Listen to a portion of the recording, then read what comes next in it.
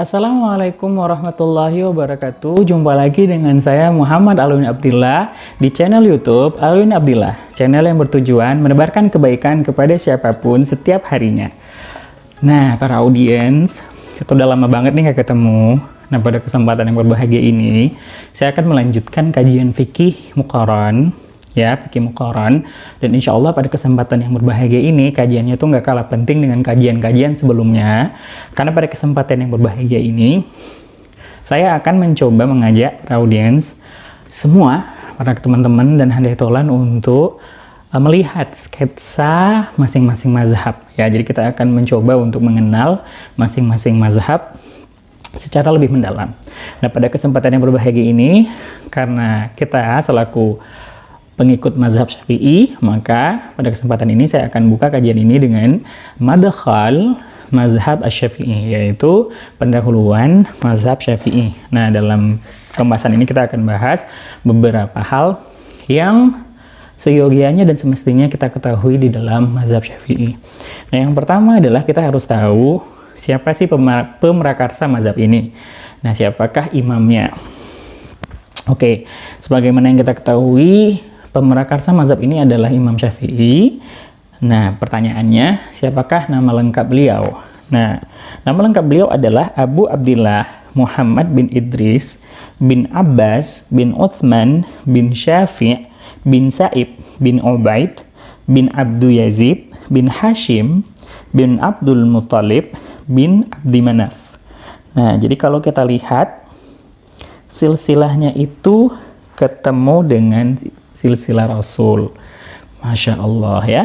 Mungkin ada beberapa teman-teman yang baru tahu bahwa silsilah Imam Syafi'i itu atau garis keturunannya itu bertemu dengan garis keturunan Rasul, yaitu dari Hashim dan dari Abdul Muttalib. Nah, beliau dilahirkan pada tahun 150 Hijriah di Gaza dan meninggal di Mesir pada tahun 204 Hijriah. Jadi kurang lebih beliau itu hidup selama 54 tahun. Ya. Waqad qadama Syafi'i Makkata saghiran. Jadi Imam Syafi'i itu sudah mendatangi atau sudah mengunjungi Mekah sejak ia masih kecil. Wa nasha'a yatiman faqiran. Dan Imam Syafi'i itu tumbuh besar sebagai anak yatim yang fakir. Hatta innaha lam yakun ma'aha ma tu'til mu'allim. Jadi diriwayatkan bahwa saking fakir dan miskinnya itu ibu dari Imam Syafi'i itu nggak punya uang yang bisa ia berikan kepada seorang guru yang dapat mengajarkan Imam Syafi'i. Jadi ibu Imam Syafi'i ini nggak punya uang ya, sangat fakir, dan dia juga merupakan anak yatim. Hafidha al-Imam Asy-Syafi'i rahimallahu ta'ala al-Quran. Jadi Imam Syafi'i itu udah menghafal Quran dari kecil. Ya, walamma yatajawaz sab'a sinin wa kana yaqra' ala Ismail bin Konstantin wa kana syekh ahli Makkah fi zamanihi. Jadi setelah umurnya 7 tahun, beliau itu yaqra' ala Ismail. Jadi mereka itu sudah menghafal Al-Quran, kemudian kembali membacakan hafalan Al-Qurannya secara mendetail kepada guru-guru. Nah, jadi dalam kasus ini Imam Syafi'i itu dia guru Al-Qur'annya itu salah satunya adalah Ismail bin Konstantin yang merupakan syekh ahlu Makkah fi zamanihi, itu merupakan ulama besar, orang yang sangat dituakan, cendekia pada masanya ya, pada masanya di kota Makkah. Jadi ini merupakan merupakan bukti bahwa Imam Syafi'i itu merupakan seseorang yang sangat giat belajar dan sangat menekuni Al-Quran sejak ia masih kecil. Ya, nah ini merupakan biografi singkat, ya, biografi singkat yang bisa saya sampaikan. Ada beberapa biografi lagi ya, sebagaimana yang kita ketahui bahwa Imam Syafi'i itu pernah tinggal di Baghdad, ya, kemudian kembali ke Mekah, kemudian kembali ke Baghdad, dan kemudian beliau hijrah ke Mesir sehingga lahirlah mazhab jadid, ya. Mazhab jadid ataupun mazhab yang mana mazhab jadid itu merupakan mazhab baru, ya. Mazhab baru di mana Imam Syafi'i merevolusi atau memperbaharui beberapa pendapat-pendapatnya yang sempat ia utarakan atau fatwa-fatwa yang sempat ia fatwakan ketika ia di Baghdad. Jadi Mesir merupakan mazhab revolusinya Imam Syafi'i. Nah, oke. Ini merupakan biografi singkat dari Imam Syafi'i. Nah, selanjutnya adalah terkait tentang fase-fase terbentuknya mazhab Syafi'i ini sendiri. Nah, di sini, jadi di dalam kitab ini mungkin barang siapa yang punya, ya, mungkin bisa langsung merujuk ke kitab ini, yaitu kitab Al-Madkhal ila Dirasatil Madzahib Al-Fiqhiyah. Di sini dijelaskan wa qad marra al-madhhab asy-Syafi'i bi'iddati atwar. Jadi mazhab Syafi'i ini melalui beberapa fase. Jadi ada fase 1, fase 2, fase 3, fase 4, dan fase 5. Nah, ayo sama-sama kita bahas masing-masing fasenya. Nah, fase pertama adalah fase al-i'dad wa takwin, yaitu fase persiapan dan fase pembentukan. Nah, kapan fase ini dimulai? Wa btada'a hadza at-tawr ba'da wafatil Imam Malik. Ya, jadi fase ini dimulai setelah wafatnya Imam Malik pada tahun 179 Hijriah. Nah, jadi seperti yang kita ketahui bahwa Imam Syafi'i merupakan salah satu dari muridnya Imam Malik, dan terbentuknya mazhab Syafi'i ini tidak terlepas dari kontribusi Imam Malik yang telah mengajarkan Imam Syafi'i berbagai macam ilmu, khususnya ilmu fikih dan hadis. Ya, nah, jadi setelah wafatnya Imam Malik tahun 179 Hijriah, kurang lebih pada saat itu Imam Syafi'i berusia 29 tahun, maka ini merupakan pijakan awal terbentuknya mazhab Syafi'i. Wastamarra fatrah tawilah haitsu istaghraqa hawalai 16 aman. Fase ini, ya, berlangsung cukup lama, kurang lebih 16 tahun, sampai Imam Syafi'i mengunjungi Baghdad untuk kedua kalinya pada tahun 195 Hijriah. Nah, ini dia. Ini adalah fase pertama. Nah, fase kedua adalah fase az-zuhur lil madhhab al-qadim. Ya, fase kedua adalah fase di mana munculnya mazhab qadim. Fase munculnya mazhab lama. Nah, wahtallat hadhil marhalah al-fatrah az-zamaniyah min waqti qudumi Syafi'i Baghdad al-marrah tsaniyah hatta rahilihi ila Misr sanah 199 Hijriah. Jadi, fase munculnya mazhab lama ini dimulai dari kunjungan Imam Syafi'i ke Baghdad untuk yang kedua kalinya pada tahun 155 Hijriah sampai Imam Syafi'i hijrah atau menuntut ilmu ke Mesir pada tahun 199 Hijriah. Nah, jadi mazhab qadim ini itu muncul sejak tahun 195 sampai 199. Jadi kurang lebih sekitar 4 tahun. Ya, yang notabene ini hampir keseluruhannya itu muncul di Baghdad. Jadi mazhab qadim itu muncul di Baghdad, ya. Seperti kita lihat tadi bahwa sejak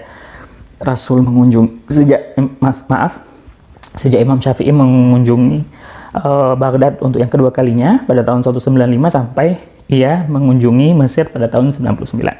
Oke.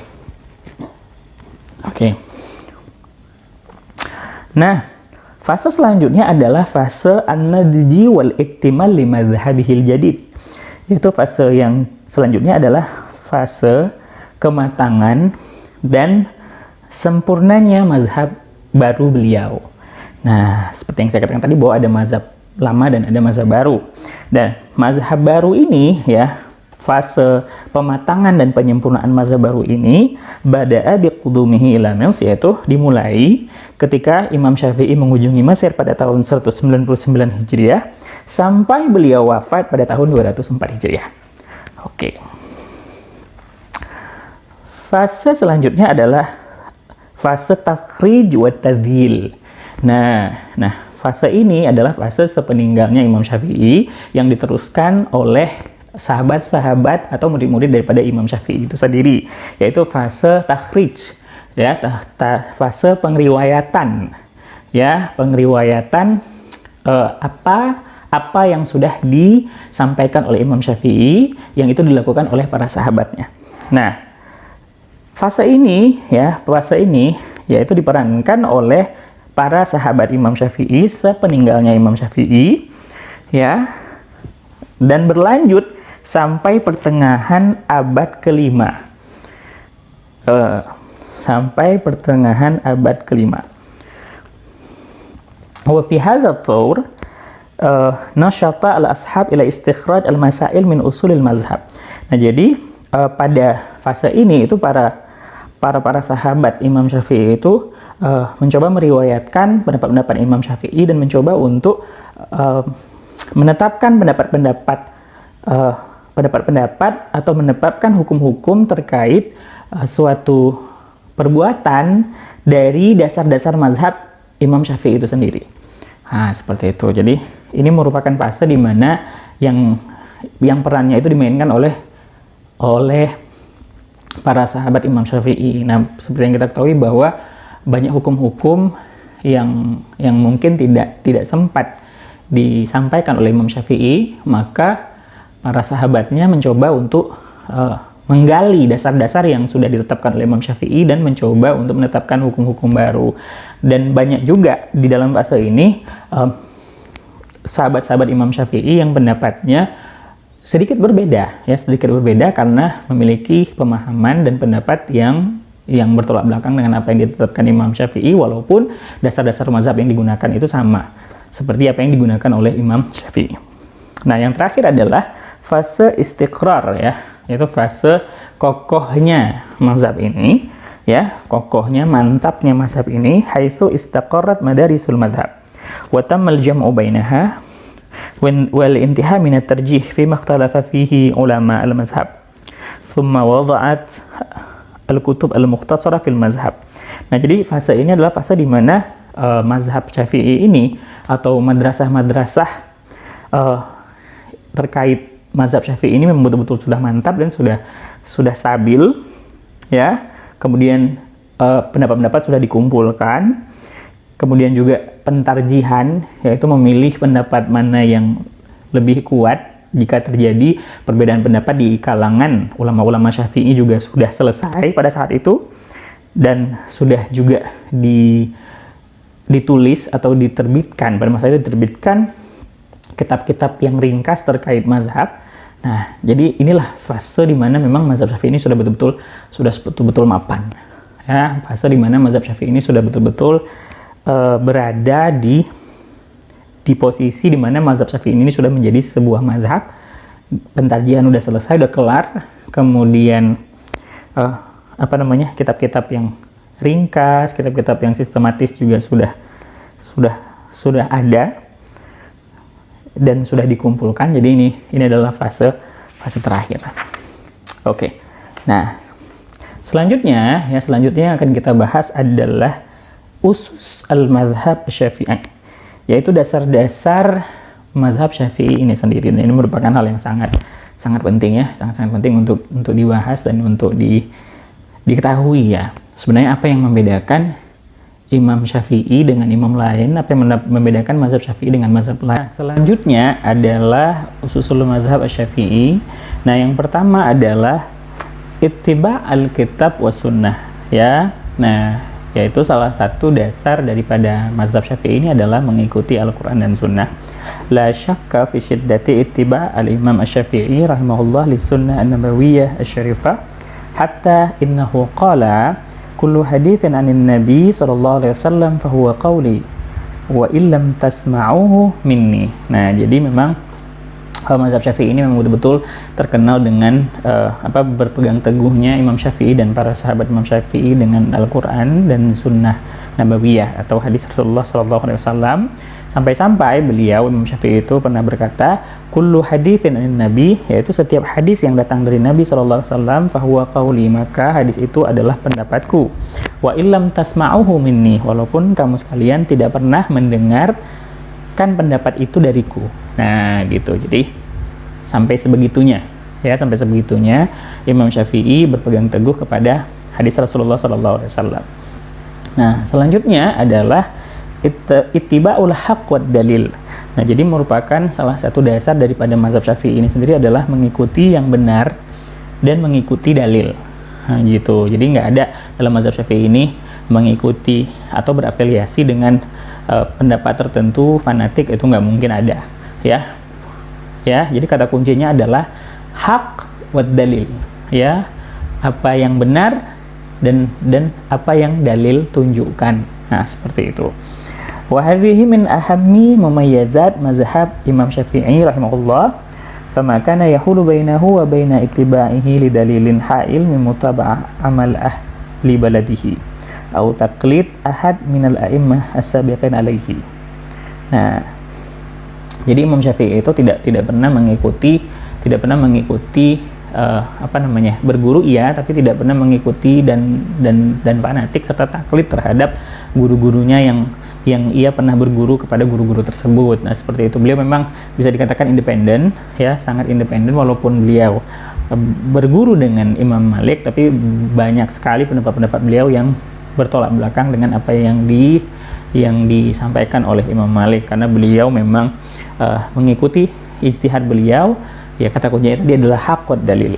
Nah, seperti itu.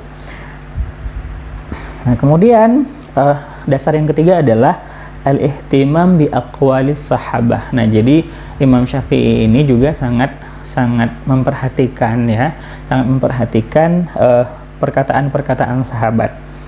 Ya, haitsu kana Syafi'i yara anna aqwalas sahabah fi mattafaqu alaihi hujjah.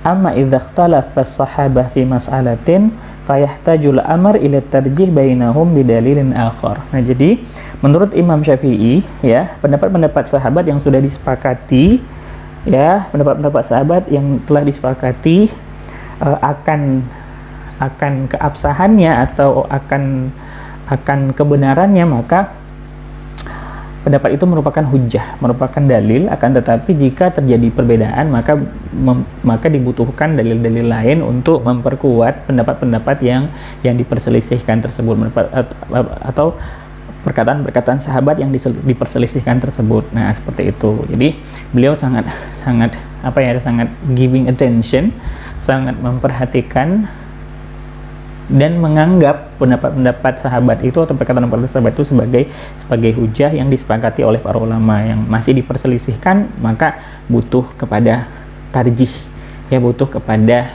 dalil-dalil lain yang bisa membenarkan atau memperkuat. Nah, seperti itu.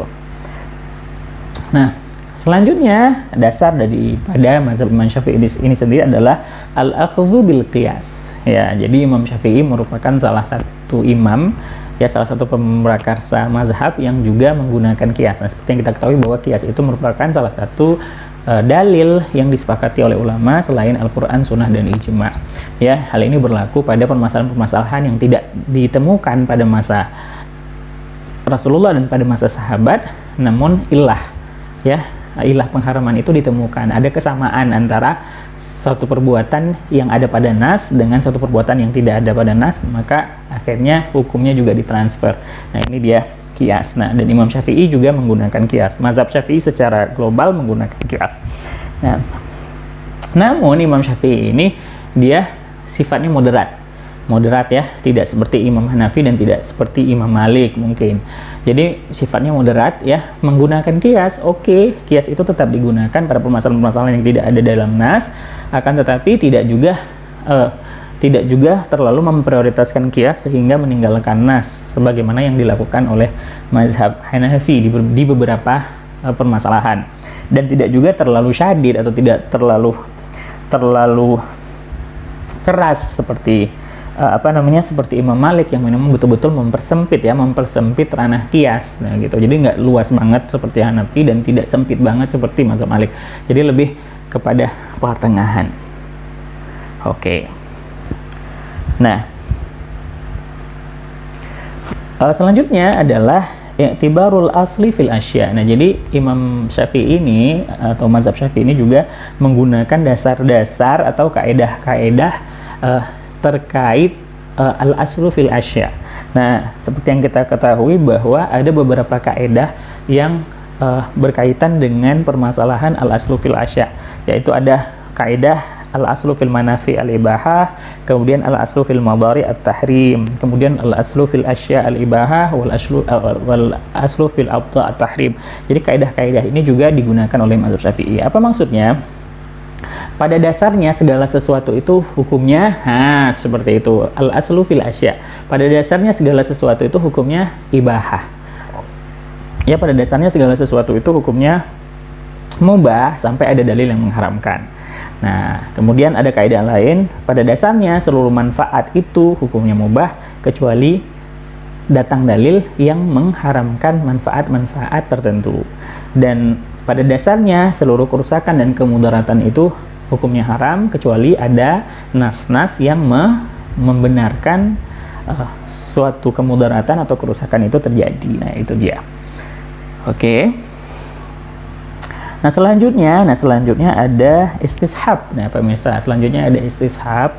Nah, istishab ini yang dimaksud dengan istishab adalah istimrar ya, atau seperti ini ya, istidamah ya. Kalau dalam definisi yang ada dalam kitab Al-Wajiz dan kitab Isyadul Fuhul yang pernah saya baca, itu istidamah ya, istidamah subut makana thabitan wa istidamah istidamatun nafi makana manfian, yaitu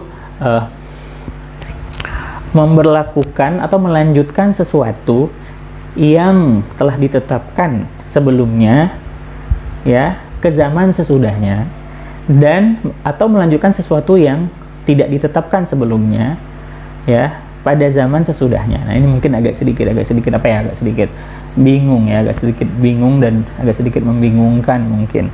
Nah, tapi maksudnya seperti ini. Ini sebenarnya istishab ini di pembahasan usul fiqh ya, saya nggak akan mungkin menjelaskannya secara jelas, secara detail di sini, tapi intinya adalah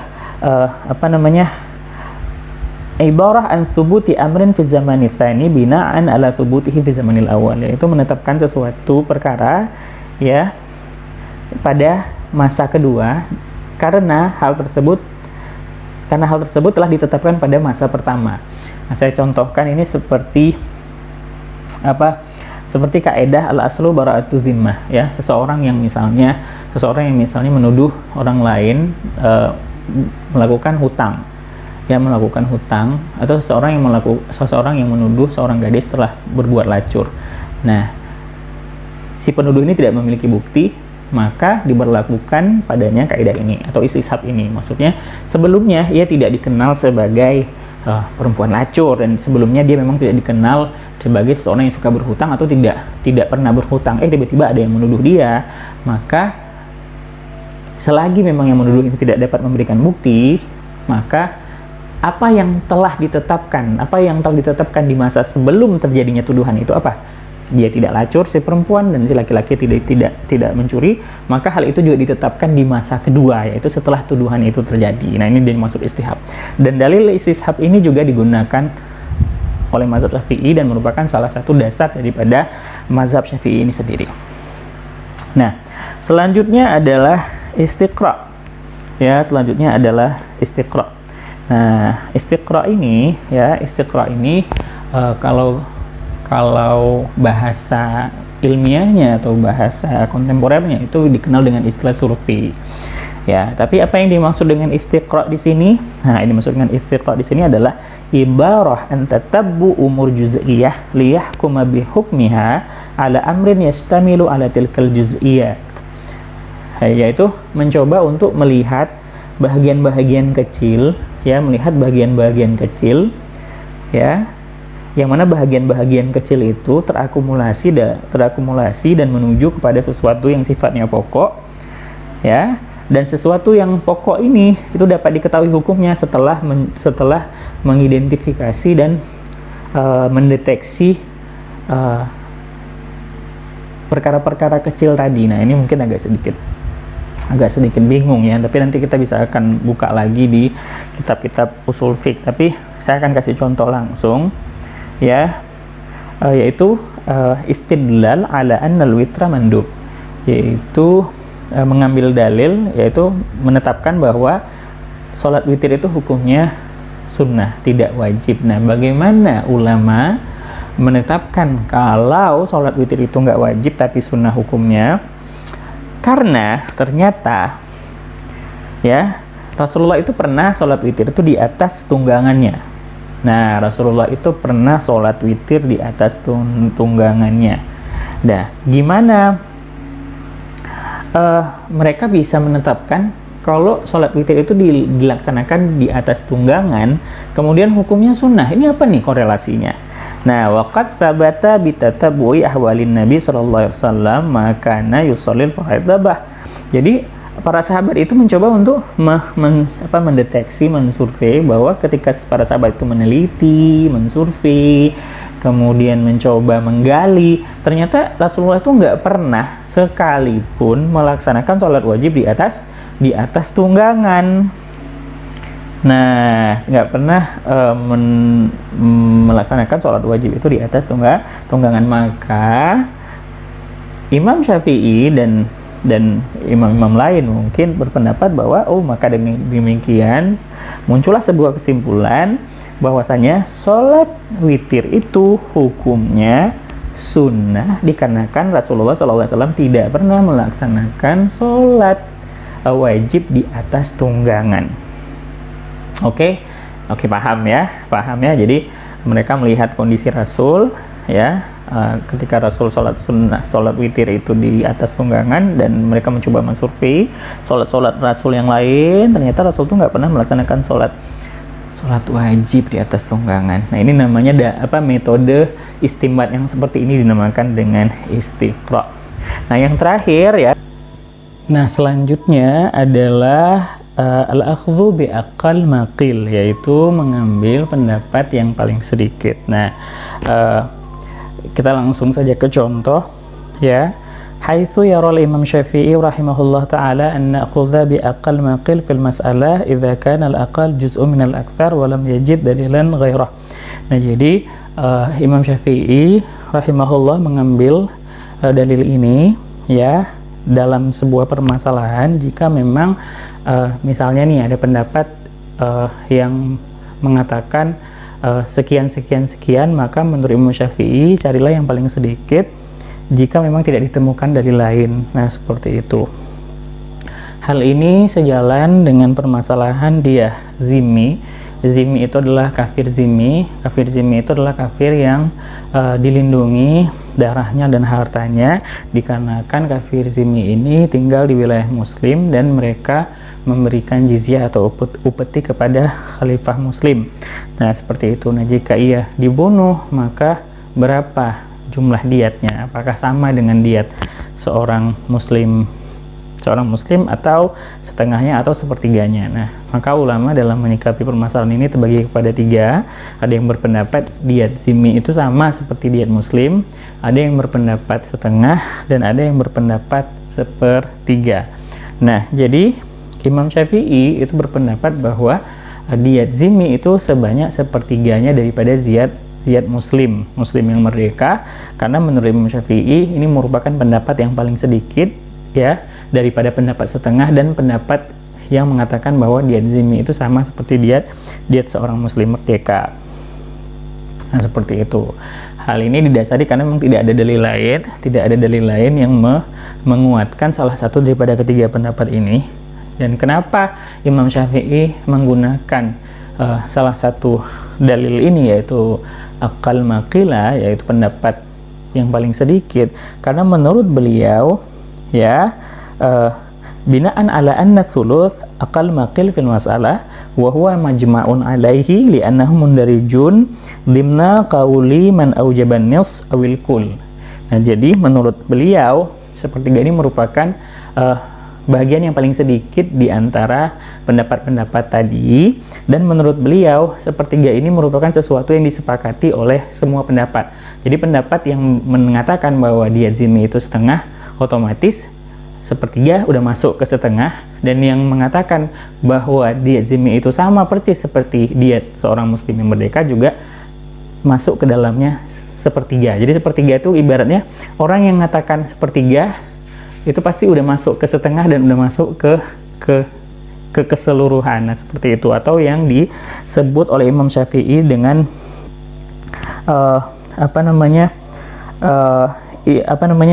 majma' alaih.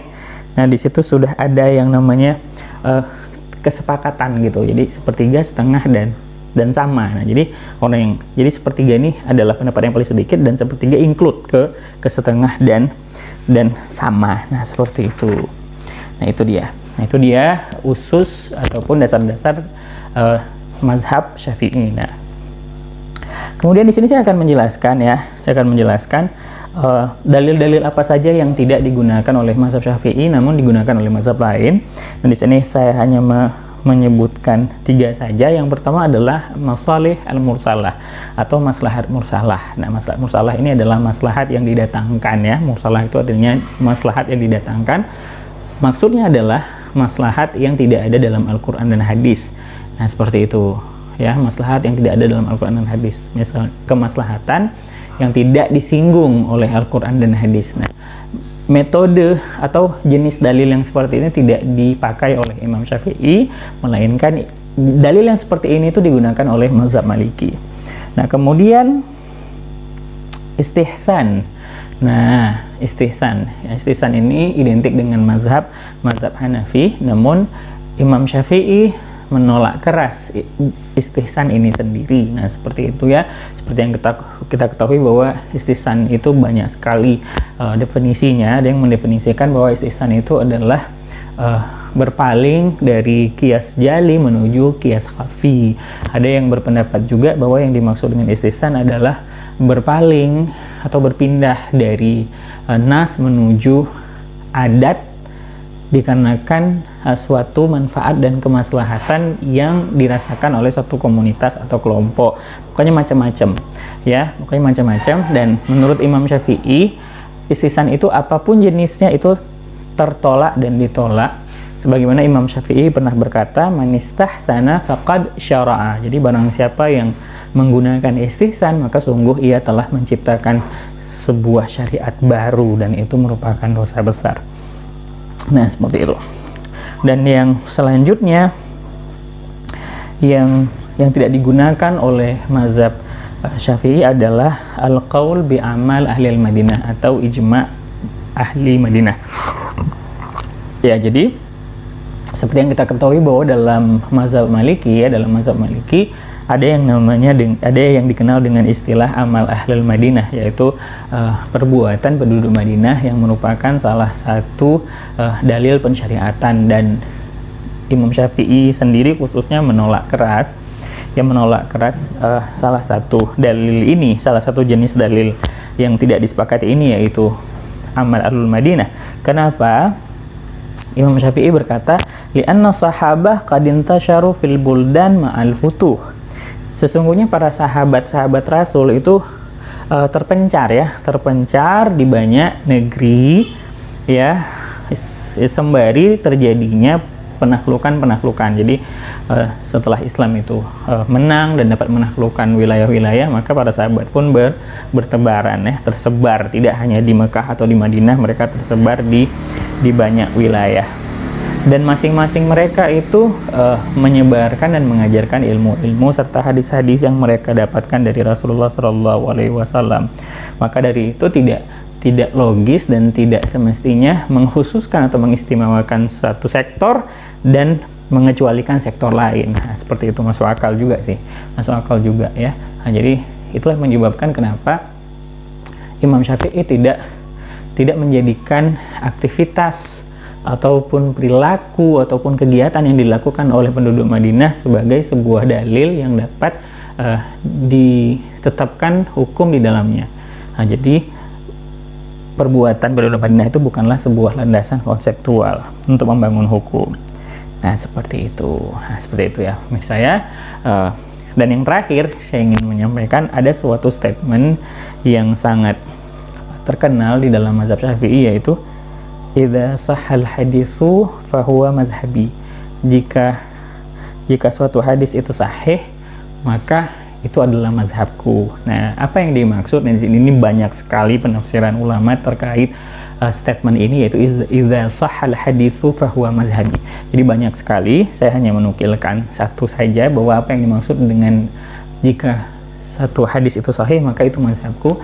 Jadi jadi Imam Syafi'i itu memang betul-betul seperti yang saya katakan tadi di awal, sangat menjunjung tinggi sebuah hadis ya gitu. Jadi kalau ada hadis yang sahih sesuai dengan kriteria-kriteria yang ditetapkan oleh ulama-ulama hadis tentang kesahihan satu hadis, itu jika sudah tercakup di dalamnya semua syarat-syarat hadis sahih, maka hadis itu adalah mazhabku.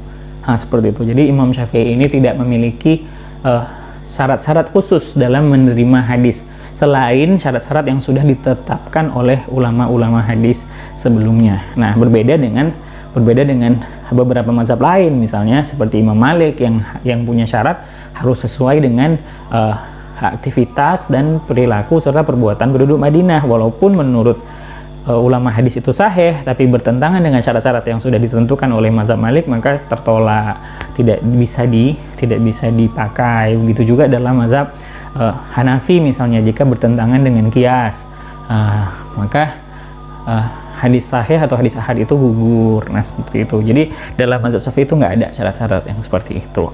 Nah, oke, terima kasih semuanya.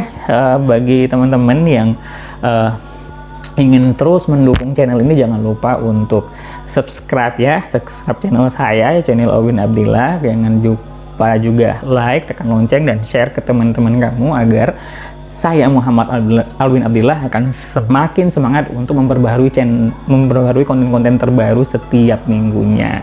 Nah, ini dia ya, sampai di sini dulu sketsa singkat terkait mazhab Syafi'i. Next kita akan membahas tentang sketsa atau madkhal pendahuluan mazhab Hanafi. Nah, oke, maka dari itu pantengin terus channel ini. Jumpa lagi, ila liqa. Wassalamualaikum warahmatullahi wabarakatuh.